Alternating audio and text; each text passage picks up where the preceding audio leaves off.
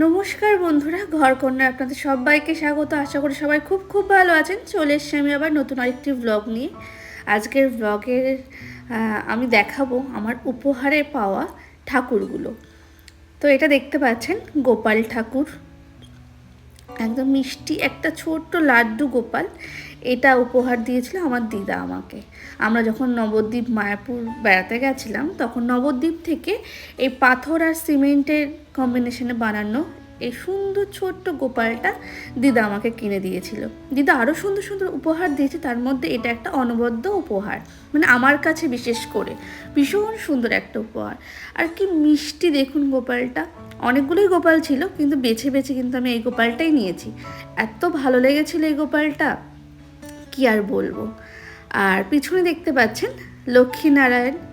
এটা তো জানেনই, বড়বাবু আগের বছর জন্মদিনে আমাকে এই উপহারটা দিয়েছিলেন। মানে আমার খুব শখ ছিল বড় বড় একটু ঠাকুর হবে, তাদেরকে একটু শাড়ি পরাবো, সুন্দর করে সাজাবো গোছাবো সুন্দর করে। তো এমনটাই ও জেনেছিল, সেজন্য কিন্তু আমাকে একদম সারপ্রাইজ দিয়েছিল এটা এনে। আমি জানতামই না ও দেবে।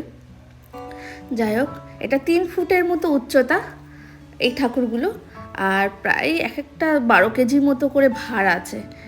আমি ওটা নামাতে ওঠাতে পারি না পরিষ্কার করার সময়। বড়বাবু নামিয়ে দিয়েই আবার আমি পরিষ্কার করে শাড়িটারি পরিয়ে দিলে ও আবার জায়গার মতো ঠাকুরের সিংহাসনে বসিয়ে দেয়।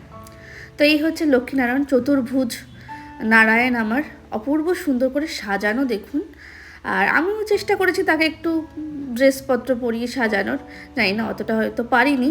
আর এই হচ্ছে আমার মা লক্ষ্মী, যেটাকে আমি আগের বছর পেয়েছি, ভীষণ সুন্দর। তো আমি এক এক মাসে এক এক রকম করে সাজাই মা লক্ষ্মীকে, এক এক সময় এক এক রকমের শাড়ি এক এক রকমের জুয়েলারি পরাই। তো অবশ্য আপনারা কমেন্ট করে জানাবেন কিন্তু কেমন লাগছে আমার এই ঠাকুর দুটো সাজিয়ে, অবশ্যই কিন্তু জানাবেন।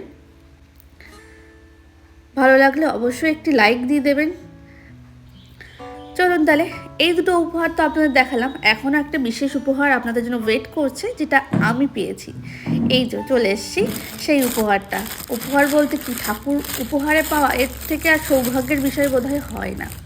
তো বলতে বলতে বলতে যেটাই বলবো, এটাও কিন্তু দিদার দেয়া একটা সুন্দর একটা উপহার। জানেনই, কিছুদিন আগে আমরা পুরীতে বেড়াতে গেছিলাম, পুরী ধাম, জগন্নাথ ধাম। তো সেখানে দিদা কিন্তু আমাকে আবার এই উপহারটা কিনে দিয়েছে। তো উপহারে ঠাকুরকে পেয়ে আমি ভীষণভাবে ধন্য হয়েছি। আর এত অপূর্ব দেখুন, একই মানে শ্রীকৃষ্ণের রূপ যখন জগন্নাথ ধরেছিলেন সেই রূপটা কি অপূর্ব দেখুন। তার শরীর বডিটা কিন্তু কৃষ্ণের, কিন্তু মুখটা জগন্নাথের। কি অপূর্ব সুন্দর, শ্রীকৃষ্ণের মতো বাঁশি ধরে আছে।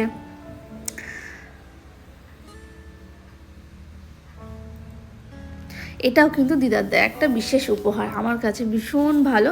তো এখন এই ঠাকুরটাকে আমি সিংহাসনে বসাইনি, যেহেতু আমার সিংহাসনে জগন্নাথ দেব আছেন।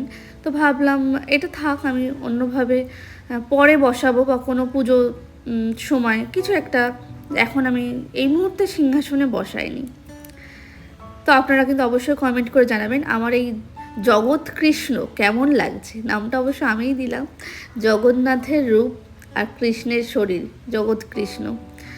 যাই হোক, ভীষণ সুন্দর একটা ঠাকুর। মানে ওখানে আরও অনেক ছিল জগন্নাথ দেবের অনেক মূর্তি, অনেক সুন্দর সুন্দর, কিন্তু কেন জানি না এইটাই আমাকে ভীষণভাবে টেনেছিল। আর এইটা কেনার একটা ভীষণ ভালো গল্প আছে, সেটা আমি আমার পরবর্তী ব্লগে আপনাদের সাথে শেয়ার করব। মানে ঠাকুর হয়তো চেয়েছিল আমার বাড়িতে আসবে বা আমার কাছে আসবে, সেজন্যই কেনা। মানে আমি কিন্তু কিনবো না বলে ফিরেও এসেছিলাম, কিন্তু ঠিক কেনা হয়ে গেছে, ঠিক চলে এসছে ঠাকুর। যাই হোক, আমার ব্লগটি এরকম ছোট্ট ছোট্ট ব্লগগুলি আপনাদের কেমন লাগছে অবশ্যই কমেন্ট করে জানাবেন। ভালো লাগলে অবশ্যই একটি লাইক দিয়ে দিন। আর যারা যারা এখনও সাবস্ক্রাইব করেননি অবশ্যই কিন্তু সাবস্ক্রাইব করুন আমার চ্যানেল ঘরকন্যা। শুধু আমার ইউটিউব চ্যানেলই নয়, আমার ফেসবুক পেজ ঘরকন্যাকে ফলো করতে একদম ভুলবেন না। সবাই সুস্থ থাকবেন, ভালো থাকবেন। ফিরে আসবো আমি আবারও নতুন নতুন সুন্দর সুন্দর ব্লগ নিয়ে। আর আমার ব্লগগুলো আপনাদের কেমন লাগছে অবশ্যই কমেন্ট করে জানাবেন, কারণ আপনাদের কমেন্ট আমার কাছে খুবই গুরুত্বপূর্ণ, আমাকে নতুনভাবে প্রেরণা দেয়। ধন্যবাদ সবাইকে।